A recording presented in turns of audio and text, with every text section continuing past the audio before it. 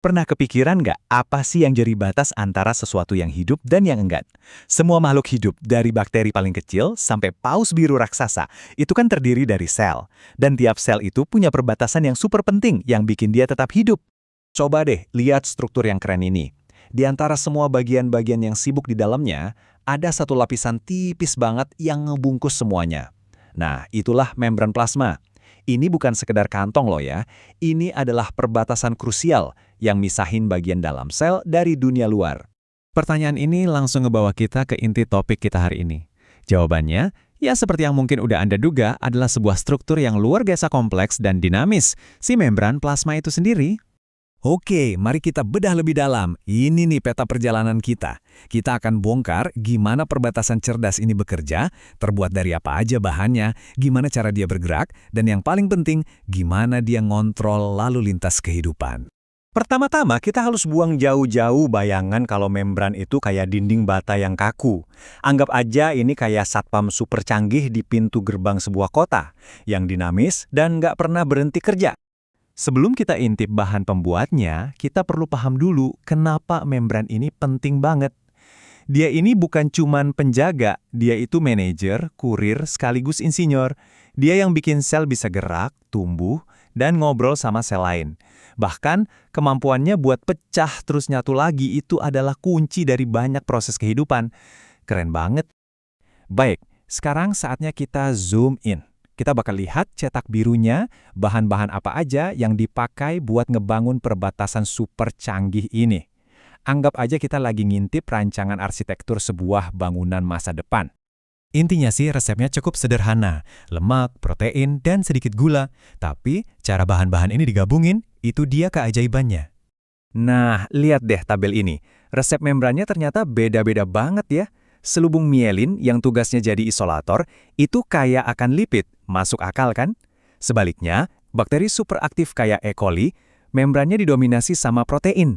Ini contoh sempurna kalau dalam biologi, bentuk itu selalu ngikutin fungsi.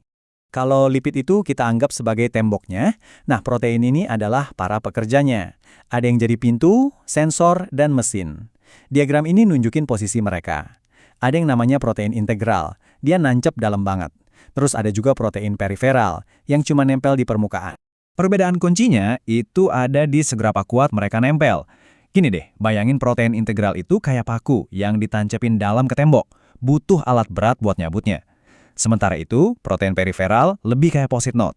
Gampang banget dicopot cuma dengan sedikit perubahan kondisi. Sekarang kita pindah ke gambaran besarnya. Penting banget buat kita tahu kalau komponen-komponen ini tuh nggak diam aja di tempatnya. Mereka membentuk pola yang cair dan selalu berubah. Sebuah mahakarya arsitektur yang hidup. Nah, ini dia konsep utamanya. Model mosaik cair. Coba bayangin sebuah lautan lipid yang luas, di mana gunung-gunung es protein terapung dan bergerak bebas. Jadi ini bukan struktur yang kaku sama sekali, melainkan lingkungan yang cair dan terus-menerus bergeser. Ini dia nih, gambaran lengkapnya. Anda bisa lihat lapisan ganda fosfolipid yang membentuk lautannya. Terus di dalamnya, protein-protein itu nyempil di mana-mana kayak potongan mozaik. Dan yang menarik, coba perhatiin deh rantai karbohidrat yang ada di permukaan luar. Itu fungsinya kayak kartu identitas buat sel. Kutipan ini benar-benar ngerangkum inti dari model ini. Kata kuncinya ada dua, cair dan bebas bergerak. Fleksibilitas inilah yang ngasih kehidupan dan fungsi pada membran. Oke, mari kita gali lebih dalam lagi soal aspek cair ini. Sifat inilah yang bikin membran bisa ngelakuin hal-hal yang luar biasa, kayak bergerak, berubah bentuk, dan bahkan nyatu sama membran lain. Slide ini ngegambarin konsep fluiditas dengan jelas banget. Coba bayangin, lipid mau pindah dari lapisan atas ke lapisan bawah, itu namanya difusi flip-flop. Susah banget dan lambatnya minta ampun. Nah, sekarang bandingin sama kalau dia cuma geser ke samping di lapisannya sendiri. Itu namanya difusi lateral. Wush, cepet banget. Jadi lipid dan protein ini terus bergerak, tapi hampir selalu di dalam lapisannya sendiri. Nah, kemampuan buat gerak-gerak ini akhirnya ngasih satu superpower lagi buat membran. Kemampuan buat nyatu sama membran lain. Prosesnya persis kayak dua tetesan minyak di atas air yang bisa dengan gampangnya gabung jadi satu. Begitu pula dengan membran sel. Oke, kita sampai di bagian terakhir yang super krusial. Gimana caranya membran ini bertindak sebagai penjaga gerbang yang super selektif. Ngatur apa yang boleh masuk dan apa yang harus keluar. Inilah inti dari peran pelindungnya. Aturan dasarnya simpel aja kok. Molekul kecil yang nggak suka air kayak oksigen bisa langsung nyelonong masuk. Tapi molekul yang suka air atau punya muatan listrik, tunggu dulu. Mereka butuh pintu khusus. Ada yang modelnya terowongan yang cepat, ada juga yang modelnya kayak pintu putar yang lebih pelan dan selektif. Perbedaan mendasarnya cuma satu, energi. Transportasi pasif itu ibarat kita naik sepeda nurunin bukit. Nggak perlu ngayuh kan, gratis. Sebaliknya, transportasi aktif itu perjuangan nanjak, butuh energi buat ngelawan arus alami.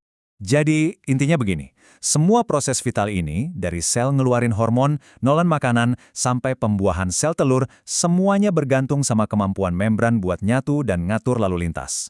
Tapi kemampuan yang sama ini juga yang jadi titik lemah, yang sering dimanfaatin sama virus buat masuk ke dalam sel. Kita udah lihat betapa hebatnya membran plasma dalam menjaga kehidupan. Dia adalah perbatasan yang cerdas, dinamis, dan selektif. Tapi ini ninggalin kita dengan satu pertanyaan penting. Apa akibatnya kalau si penjaga gerbang ini gagal? Memahami jawabannya adalah kunci buat kita ngerti soal penyakit dan cara ngembangin obat-obatan di masa depan.